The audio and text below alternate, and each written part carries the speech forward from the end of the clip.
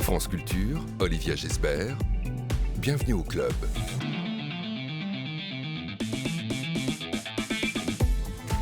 Bonjour à tous. 14 ans après sa création, Dominique Blanc reprend La douleur de Marguerite Duras, un double hommage à la mémoire, celle des déportés, d'abord à travers ce journal de la guerre intime et bouleversant par l'autrice de L'Amant, et un hommage à Patrice Chéreau, au théâtre qu'il faisait et qu'il défendait. La comédienne de la Comédie Française est aujourd'hui l'invitée de l'entretien de Bienvenue au club. 12h50, c'est notre book club.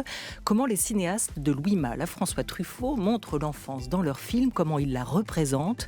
On ouvre la discussion avec deux livres qui paraissent sur le sujet, celui de Carole Desbarras sur l'enfance au cinéma et celui de la romancière Anne Terral, François Truffaut en 24 images secondes, et vos recommandations de bibliophiles cinéphiles, les vôtres et celles de Sébastien Thème. Une émission programmée par Henri Leblanc, préparée par Joseph Julien, à la réalisation aujourd'hui Thomas Beau avec Marie-Claire Oumabadi. Écrit en 1945, après l'arrestation de son mari Robert Hell, c'est ainsi qu'elle l'appelle tout au long de ce texte bouleversant, à la fois monologue intérieur et mise en partage de sa douleur. Marguerite Duras relate l'attente, l'espoir, le découragement, la sidération dans le retour. Des cahiers, le journal de l'absence, extrait. Comment ai-je pu écrire cette chose que je ne sais pas encore nommer et qui m'épouvante quand je la relis? Comment ai-je pu de même abandonner ce texte pendant des années dans cette maison de campagne régulièrement inondée en hiver? La douleur est une des choses les plus importantes de ma vie. Le mot écrit ne conviendrait pas. Dominique Blanc s'en est saisi de cette chose, laissant les mots de la femme, de l'écrivaine s'emparer d'elle pour faire rejaillir toute cette douleur sur scène, actuellement sur la scène du théâtre de l'Athénée à Paris jusqu'au 11 décembre, accompagnée du complice et chorégraphe Thierry Thionyang qui reprend la mise en scène de Patrice Chéreau, disparu il y a 10 ans. Bonjour Dominique Blanc. Bonjour. Bonjour. Comment la qualifier, cette chose? Comment la définir? Comment ai-je pu écrire cette chose? Qu'est-ce que cette chose? Pourquoi elle est si difficile à nommer? Je pense que c'est un texte surtout qu'il faut nommer. C'est un texte tout à fait majeur parce qu'il évoque les grands thèmes de tragédie. C'est un texte sur l'attente, c'est un texte sur la guerre, c'est un texte sur l'Europe, un texte majeur aussi sur l'amour, puisque Marguerite, M, attend Robert Hell en compagnie de D, qui est Dionys Mascolo, qui sera par la suite son amour d'après Robert Antelme. Oui, c'est la beauté de ce texte et les thèmes qu'il évoque qui tout d'un coup m'ont donné envie de revenir dessus. Je n'avais jamais fait ça. Au dernier moment, je me suis dit, c'est une bêtise, je n'aurais jamais dû. Et en fait, si, bien sûr, c'est important. Parce que 14 ans après, il s'est passé énormément de choses. 14 années après, il y a la guerre en Europe, par exemple. Il y a la guerre en Ukraine. Et elle est assez visionnaire, Marguerite Duras, quand elle dit « L'Europe, c'est nous. L'Europe, c'est nous. » C'est une famille européenne qui a disparu dans la Shoah, donc il faudrait pouvoir pardonner, il faudrait pouvoir oublier, il faudrait surtout partager le crime, c'est ce qu'elle nous appelle à faire. Donc en fait c'est un grand texte humaniste, si vous voulez. Et ce que j'aime dans ce texte, c'est que ce sont des mots extrêmement simples. Dans Les Cahiers de la guerre, qui est vraiment le livre que moi je relis pour me nourrir, si vous voulez, des représentations, et des représentations avant et après. Il y a cette écriture qui est une écriture, comme elle le dit, très fine, très régulière. Et quand on voit ces cahiers d'écolières qui sont en photo dans l'édition qui est faite par Paul et l'IMEC, l'Institut de la mémoire, Ils existent, ces petits cahiers d'écolières. Et moi, je suis allée à Caen pour voir comment ils étaient, ces petits cahiers. Puisqu'en fait, on reprochait en 85 à Duras d'avoir inventé toute cette histoire. Évidemment, la grande enveloppe avec les petits cahiers à l'intérieur. Et tout ça caché dans une armoire bleue. Ça sentait un peu, comment est-ce qu'on va dire, un peu le conte de Noël pour être dans la période. Et en fait, tout est vrai. Elle a probablement réécrit après, elle l'a retravaillé. Et je pense qu'elle l'a retravaillé, alors c'est tout à fait personnel ce que je vais vous dire, mais j'ai l'impression qu'elle l'a retravaillé en écho avec l'écriture de Robert Antelme. Et le fameux livre paru en 1947, L'espèce humaine. Vous voyez ? Parce que la Oui, façon... d'autant qu'elle l'écrit en 1945, Oui. ce cahier, ce journal de bord, ce journal de la guerre. Elle a 30 ans à peine Oui. à ce moment-là. En fait, elle va l'écrire, cette histoire-là, elle dit qu'elle l'a écrite entre 45 et 49, probablement plutôt 47-49, c'est-à-dire quand elle était avec Robert Antelme dans une maison de repos pour les déportés. Et elle reprend la chose, donc, dans les années 80, et on voit bien qu'elle reprend ce texte, puisqu'il y a des chiffres qu'on n'avait pas dans les années de 1947 à 1949, vous voyez. Donc elle le réécrit. Donc dans les cahiers de la guerre, il y a ces premières, comment est-ce qu'on pourrait dire ça, ces premières esquisses. Et puis dans les années, au début des années 80, elle le retravaille et probablement qu'elle se l'approprie encore davantage. Et je pense que c'est en écho au livre de Robert Antelme, L'espèce humaine. Parce que dans L'espèce humaine, Robert Antelme a une écriture très rude, très sèche, mais en même temps où il raconte les faits et il raconte sa déportation à Buchenwald. Et là, dans La douleur, Duras parle de la merde, et il y a un grand passage où elle évoque la merde de cet homme qui est revenu de déportation de Dachau. C'est très cru, c'est très violent. On ne s'attend pas à une chose comme ça chez elle. Et pourtant, c'est ça. Oui, c'est comme vous le dites, peut-être cette écriture très, très brute, Oui. très proche du réel, qu'on ne connaît pas dans tous les livres d'ailleurs de Marguerite Duras. Absolument. J'en reviens juste à la nature de ce texte que vous venez d'éclairer, Dominique Blanc. Ce qui est particulier, c'est que c'est à la fois un monologue intérieur. C'est vraiment ce qu'elle se dit et ce qu'on imagine qu'elle écrit dans cette attente de cet homme qui est le sien et qui a été déporté, dont elle espère quand même le retour. Elle l'espère très fortement et elle voit petit à petit les jours passant, son espoir s'amenuiser. C'est à la fois un monologue intérieur et en même temps, c'est un étranglement. C'est un cri aussi, porté à la face du monde. Oui. Oui, c'est un cri. C'est vraiment c'est le tableau de Munch, vous savez. C'est vraiment comme ça. Et elle ne s'épargne pas. Elle est extrêmement violente avec elle-même, contre elle-même. Elle dit qu'elle veut même disparaître, en fait. Ça serait beaucoup plus simple si elle disparaissait, parce que cette attente n'existerait plus. Donc, c'est vraiment une grande espèce de débâcle intérieur, je dirais. C'est vraiment comme ça. Et l'apogée, c'est le moment où il revient. Oui. Elle descend dans la rue, elle le voit, et... Il est là, et elle ne le reconnaît pas. Elle a un moment de grande sidération. Et puis ce Robert L., alias Robert Antelme, donc grand résistant, poète, écrivain, il finit par sourire, et c'est dans ce sourire que tout d'un coup elle reconnaît l'homme qu'elle a épousé et l'homme qu'elle a aimé. Et elle va se battre. Mais sa première réaction, c'est un rejet presque, oui, un refus oui. De ce qu'elle voit. Oui. On parle souvent de l'indicible, oui. Mais là, ça se passe dans un regard aussi. Mais c'est très concret, en fait. Elle le voit et c'est pas lui. C'est pas lui, donc elle veut pas voir. Donc elle fuit dans les escaliers. Et en fait, il y a des voisins qui l'attrapent et qui lui font boire du rhum pour la calmer, mais elle crie. Et la guerre a duré longtemps, et elle dit qu'elle n'a pas crié pendant toute cette guerre, mais que là, maintenant, tous les cris vont sortir. Et ça aussi, c'est extraordinaire. Vous disiez il y a 14 ans, tout à l'heure, Dominique Blanc, il faut raconter que c'est en effet la reprise d'une pièce culte qui a été créée, montée par Patrice Chéreau avec Thierry Tuanyang à l'époque, incarnée par vous, déjà cette douleur. Est-ce que 14 ans après, vous avez le sentiment de la porter différemment, peut-être mieux ou juste autrement? Je dirais égoïstement peut-être mieux. Parce que 14 années ont passé aussi dans nos vies. La société a bougé aussi.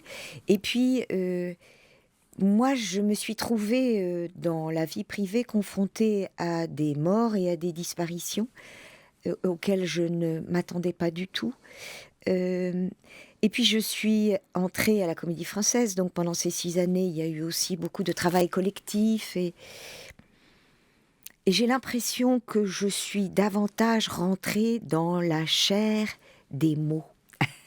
Je ne sais pas si je suis très claire, mais je crois qu'il y a quelque chose de plus libre chez moi, qui fait que tout d'un coup, c'est pas le fait de s'autoriser ou pas des choses, mais l'imaginaire, en fait, a continué à travailler pendant 14 années. Vous voyez ?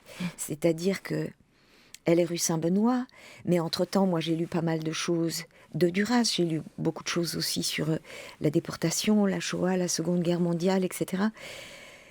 Là, on a vraiment l'impression que la guerre repart. En tout cas, elle est très, très près de nous. Et peut-être que je suis plus engagée intérieurement, oui, peut-être, effectivement. Peut-être qu'il y a 14 ans, j'étais peut-être plus à la surface du langage. Et pourtant, on imagine qu'il y avait aussi un contexte à la création de cette pièce il y a 14 ans. Alors, je ne sais pas lequel. Qu'est-ce qui avait motivé, donné envie à Patrice Chéreau de créer cette pièce, de la monter en 2008 ? Alors, c'est une longue histoire que je vais faire de façon assez ramassée. En fait, si vous voulez, après Phèdre, il y a eu 2-3 années extrêmement difficiles. Et je me suis dit que la seule personne qui pouvait m'éclairer dans ce tunnel, c'était probablement Chéreau. Donc, on a déjeuné tous les deux. Je crois qu'il s'est tout à fait rendu compte de l'état dans lequel j'étais. Et il m'a écouté beaucoup. Ce qu'il faisait très bien, c'est important de le dire aussi. Et puis, il a conclu en me disant « Écoute, nous allons faire une lecture tous les deux. Qu'est-ce que tu en penses ?» C'était tellement spontané comme proposition et tellement généreux. Ah ben, j'ai dit, écoute, oui, formidable. Je viens de rencontrer un garçon avec lequel je travaille, qui est chorégraphe. Il s'appelle Thierry Tuanyang. Il pourrait nous regarder et puis on ferait comme ça 2-3 dates. Vous voyez, c'était juste ça, normalement. Et on devait chacun chercher des textes, coups de foudre, coups de cœur, coups de poing, enfin, des choses qui nous bouleversent. Et Thierry est arrivé avec la douleur. Et quand j'ai lu la douleur, j'ai dit à Patrice, c'est ça, c'est évidemment ça. Donc, Patrice a fait un premier montage où nous étions tous les deux sur scène, dans le regard de Thierry, et Patrice incarnait D, alias Dionys Mascolo. Et donc moi j'étais M, je ne joue pas Marguerite Duras, évidemment, il n'en est jamais question. Et puis on a fait quelques dates comme ça. Et puis à Reims... tout d'un coup, je me suis dit, mais en fait, cette lecture, c'est la solitude d'une femme. En fait, c'est une femme qui attend toute seule chez elle, rue Saint-Benoît. On connaît la rue Saint-Benoît, on sait là où elle habite. On ne connaissait pas l'appartement, mais on peut l'imaginer. Et voilà, le mois d'avril se déroule, les camps de concentration sont en train d'être libérés par les Alliés. Et elle attend, elle ne fait que ça. Aucune nouvelle ? Aucune. On ne me demande plus comment ça va, on ne me dit plus bonjour. On dit aucune nouvelle. Je dis aucune. Je vais m'asseoir près du téléphone sur le divan. Je me tais. D est inquiet. Quand il ne me regarde pas, il a l'air soucieux. Depuis 8 jours déjà, il ment. Je dis à D, dites-moi quelque chose. Il ne me dit plus que je suis cinglé, que je n'ai pas le droit de rendre tout le monde malade. Maintenant, à peine dit-il, il n'y a aucune raison pour qu'il ne revienne pas lui aussi. Il sourit. Il est maigre, lui aussi. Toute sa figure se tire quand il sourit. Sans la présence de D, il me semble que je ne pourrais pas tenir. Il vient chaque jour. Quelquefois 2 fois par jour, il reste là. Il allume la lampe du salon. Il doit être 9 heures du soir. On n'a pas encore dîné. Vous évoquiez, Dominique Blanc, ce qui vous a nourri, votre expérience de vie pendant ces 14 ans, entre la première fois où vous interprétez ce personnage et aujourd'hui où vous le reprenez, ce personnage et ce texte, La douleur de Marguerite Duras. Vous avez 65, 66 ans aujourd'hui. Duras, elle en avait 30, on le disait quand elle l'a écrit. Mais ce qui est assez frappant en vous écoutant, c'est que ce sont vraiment les mots d'une femme sans âge. Ou alors est-ce la douleur qui n'a pas d'âge? Ou est-ce l'attente qui n'a pas d'âge? Elle n'a plus d'âge. Je pense que la douleur n'a plus d'âge. Je pense que la douleur D majuscule, on peut la ressentir tous, hommes et femmes confondus, tous les êtres humains. Et oui, c'est hors d'âge. Oui, on certainement. entend dans cet extrait l'épreuve du temps, Oui, de ce temps qui ne passe pas, finalement. absolument. Oui, Ouais, de ces jours à compter et à espérer qu'il reviendra. oui. C'est passionnant d'imaginer comment vous avez pu travailler sur ce texte avec Patrice Chéreau et avec Thierry Tunyang, qui vous accompagne dans cette nouvelle aventure 14 ans après. Truffaut, dont on parlera dans la deuxième partie de Bienvenue au Club, on peut dire qu'il avait une vie qui était vouée au 7e art. Hein. C'est en tout cas ce que nous racontera la romancière Anne Terral, qui a travaillé sur des séquences de ses films. On peut peut-être en dire autant de vous avec la scène, mais aussi de Chéreau, le metteur en scène disparu, qui avait le théâtre réellement dans la peau. Hein. C'était ce sang qui faisait battre son cœur aussi, à lui aussi. Absolument. Je pense qu'il était homme de plateau avant tout. Alors, il rêvait beaucoup de faire du cinéma. Il en a fait, et quel cinéma. Mais c'était un homme de... Comment est-ce qu'on pourrait dire? Oui, c'est sur un plateau de théâtre. Enfin, moi, je l'ai connu sur Per Gunt. Il avait une 40aine d'années. C'était un artiste très, très libre et très inspiré. Il voulait raconter la vie de cet homme qui était incarné par Gérard de Sarthe, de 18 à plus de 80 ans. Une pièce d'Éric Ibsen. Je pense que c'est quelque chose sur lequel il devait travailler depuis au moins 2 ou 3 ans. Et il y avait une vingtaine de comédiens, les meilleurs de cette époque-là. Et moi, j'arrivais, ne connaissant absolument personne ni rien, ça c'était la chance majuscule. Et regarder travailler ces comédiens-là pendant 1 an, ça a été un apprentissage extraordinaire, vraiment. Il était très heureux, il était... comment est-ce qu'on peut dire? Il avait énormément d'idées, d'envie. Il était tout le temps sur le plateau, en fait. Il n'était jamais dans la salle. Et puis parfois, il avait des moments d'intimité avec Gérard de Sarthe, et puis il revenait vers nous. Et puis ce spectacle, qui durait donc 2 fois 4 heures, c'est une espèce d'immense voyage au cœur de l'humain, finalement. Votre moteur de théâtre à vos débuts, jeune fille, vous l'avez déjà dit, confessé, c'était une quête de regard, hein, cette métamorphose aussi de femme en personnage. Jeune professeur au cours Florent, il y a eu Pierre Romance, ça a été peut-être le premier regard. Et Patrice Chéreau, vous dites que c'était à lui tout seul l'école du regard. Ça ressemble à quoi? Ou c'est quoi un regard? Ces regards qui vous ont fait grandir ou qui vous ont donné confiance? Je dirais qu'en fait, ce sont des regards, et notamment celui de Chéreau. Je pense que c'est un regard qui m'a en partie construite. On s'est connus sur plusieurs aventures, au théâtre comme au cinéma. Donc il y a eu sur Per Gunt une multitude de tout petits rôles. On s'est retrouvés à Nanterre sur les paravents. On était en pleine guerre d'Algérie, sur l'aventure de Nanterre. Là, je jouais une petite pute. Après, on s'est retrouvés sur... je sais même plus, vous voyez. Je crois que dans son regard, je me sentais véritablement exister vraiment. J'avais l'impression qu'il aimait la personne comme il aimait la comédienne. Et on s'est connus à des âges différents, hein, bien évidemment. Et la douleur était la dernière rencontre, on va dire.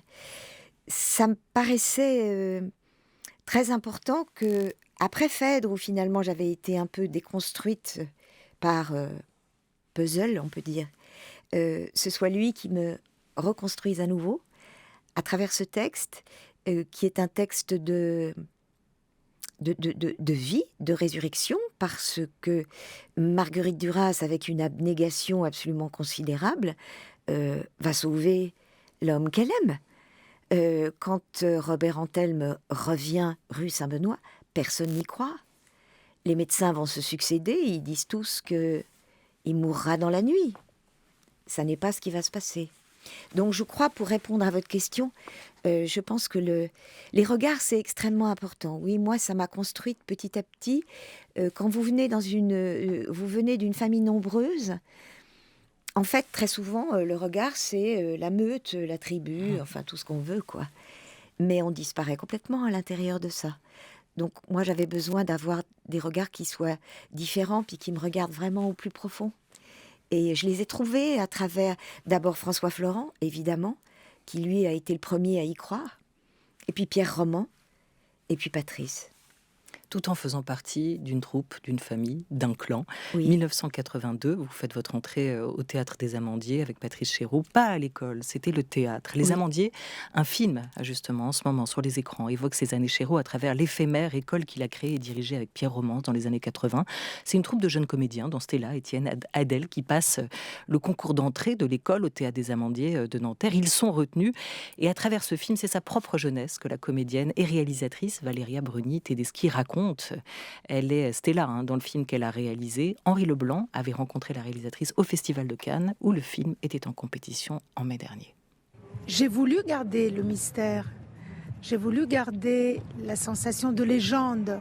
J'ai essayé de raconter aussi des choses au lieu très concrètes et très humaines qui ne sont pas de l'ordre de la légende pour aller contre la légende. Je voulais à la fois voir la légende et à la fois aller contre la légende.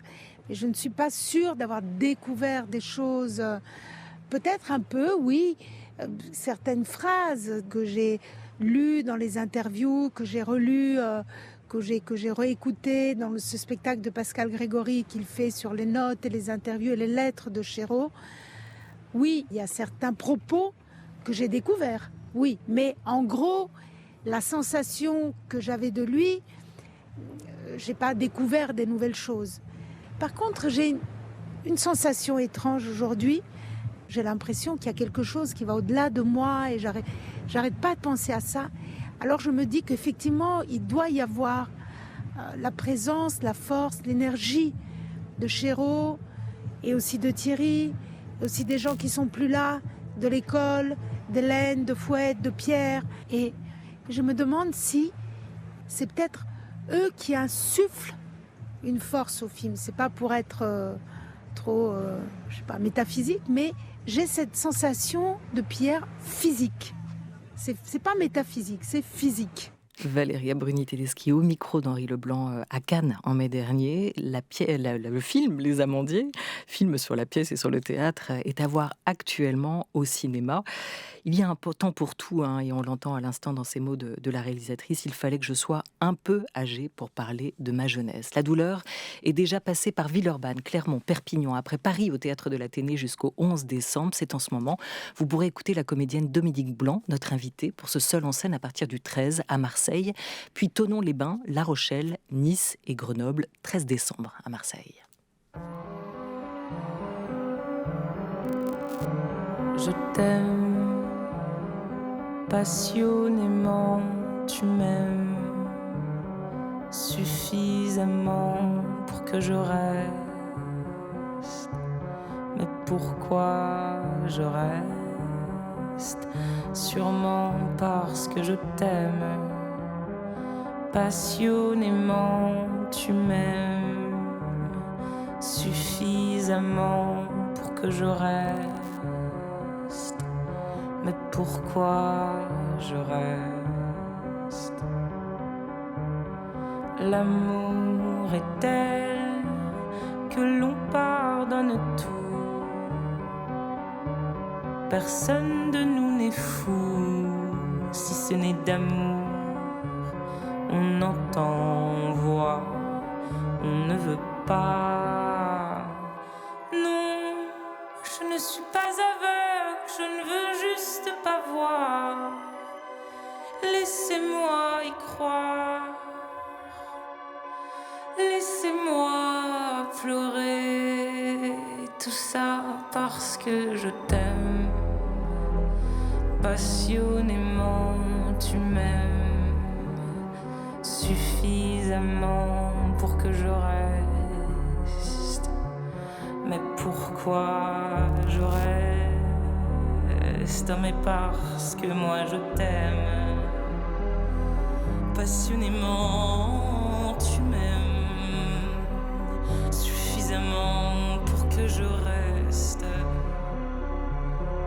Pourquoi je reste? Un jour peut-être tu m'aimeras à la folie comme je t'aime toi. Un jour peut-être tu m'aimeras. Un jour peut-être. Mais pour l'instant moi je t'aime passionnément et toi tu m'aimes suffisamment pour que je reste. Alors pour toi je reste.